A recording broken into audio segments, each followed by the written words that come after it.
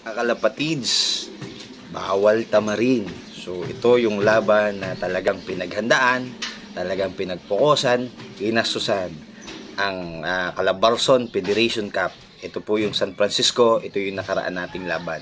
So mga kalapatids, bawal tayong tamarin. At naging successful naman ang ating season 1 ng Federation Cup. Ito po yung Calabarzon Cup na pinangunahan po ng iba-ibang presidente dito po sa buong Calabarzon. Kami po yung nagsama-sama at ang ating presidente ay si Mang Cristina ng CSW RPC na taga Cavite. Mga kalapatids, hindi man tayo nagwagi, hindi man tayo nag-champion, pero never quit, never give up. Alam nyo po, ang pagiging champion, yan po ay hindi madali. Madaming sakripisyo, madaming pag-aaral, madaming adjustment. Talagang dadaan ka sa maraming talo, sa maraming challenge.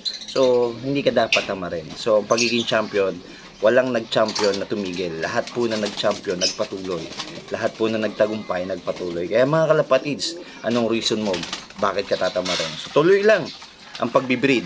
Marami pang breeding season, marami pa tayong laban na paghahandaan, marami pa tayong, may season 2 pa na pwede tayong paghandaan. So mga kalapatids, bawal tamarin. Tuloy-tuloy lang tayo at paghandaan natin ang season 2 at ito yung pinaka the best na labanan dito sa Calabarzon Cup Federation.